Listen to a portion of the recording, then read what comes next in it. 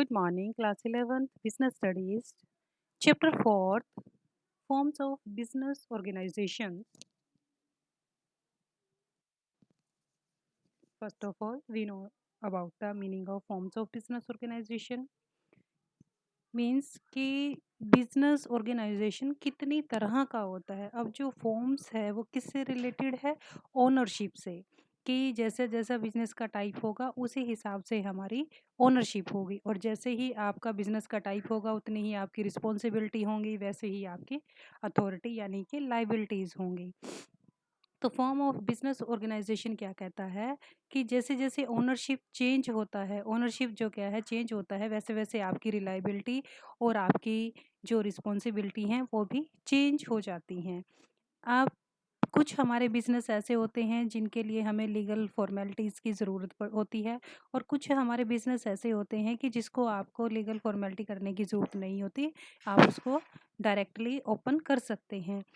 तो इन सभी फॉर्म्स को हम क्या कहेंगे कि बिजनेस ऑर्गेनाइजेशन के डिफरेंट टाइप्स होते हैं। इनमें से हम किसको सिलेक्ट करेंगे, उसी हिसाब से हमारी जो रिस्पॉन्सिबिलिटी है, हमारी जो लाइबिलिटीज़ हैं वो ट्रांसफ़र हो जाती हैं, और हमारी ओनरशिप भी जो क्या है वो ट्रांसफ़र हो जाएगी। नाउ चार्ट देखेंगे। बिजनेस ऑर्गेनाइजेशन दो तीन तरह के हो सकते हैं। फर्स्ट है आपके प्राइवेट सेक्टर, सेकंड है पब्लिक सेक्टर, और थर्ड है जॉइंट सेक्टर।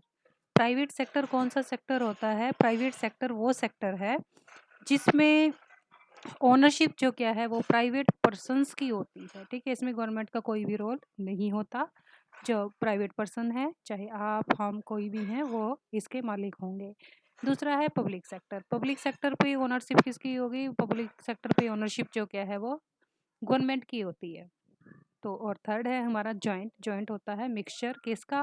प्राइवेट का और पब्लिक का। यहाँ पर ओनरशिप दोनों सेक्टर की होगी, प्राइवेट की भी और आपकी पब्लिक की भी। और प्राइवेट सेक्टर की जो ओनरशिप है वो होती है 49%। जो पब्लिक सेक्टर है उसकी ओनरशिप होती है 51%। यानी कि इसमें जो कंट्रोल है, होल्ड है, वो किसका रहेगा? सरकार का रहेगा। अब हमारे जो प्राइवेट सेक्टर है ये नॉन कॉरपोरेटेड और इनकॉरपोरेटेड दो तरह के होते हैं। अब हम इसमें क्या क्या पढ़ेंगे? Sole proprietorship, joint Hindu family business, partnership, joint venture. ठीक है, ये इनकॉरपोरेटेड है। इनको करने के लिए आपको ये मतलब आप चार बिजनेस में से कोई भी बिजनेस ओपन करना चाहते हैं तो आपको कोई भी लीगल फॉर्मेलिटी की ज़रूरत नहीं होगी।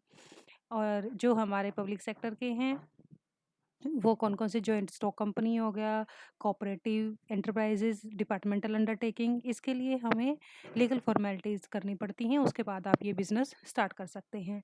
और जॉइंट सेक्टर में क्या है? पब्लिक कॉर्पोरेशन, गवर्नमेंट कंपनी, इसके लिए भी हमें लीगल फॉर्मेलिटीज़ की नीड होती है। तो अब हम इन सेक्टर्स को वन बाय वन करके कंप्लीट करेंगे, और इस चैप्टर में हम सिर्फ किसको कंप्लीट कर रहे हैं? सोल प्रोप्राइटरशिप को। सोल प्रोप्राइटरशिप क्या होता है? सोल प्रोप्राइटरशिप बेटा वो होता है कि एक ही पर्सन का बिजनेस, वही उसका ओनर है, वही मालिक है, वही पैसा लगाएगा, वही सारे काम करेगा, सारी मैनेजमेंट देखेगा। जितना भी प्रॉफिट होगा वो सारा अकेला ही लेगा, जो लॉस होगा वो सारा अकेला ही बियर करेगा। यानी कि एक पर्सन की ओनरशिप को हम क्या कहेंगे? Sole proprietorship. So today we are discuss about only sole proprietorship meaning. So next lecture में जो क्या है हम इसको डिटेल में स्टडी करेंगे। So revise this topic, note down this topic in your notebooks. Thank you.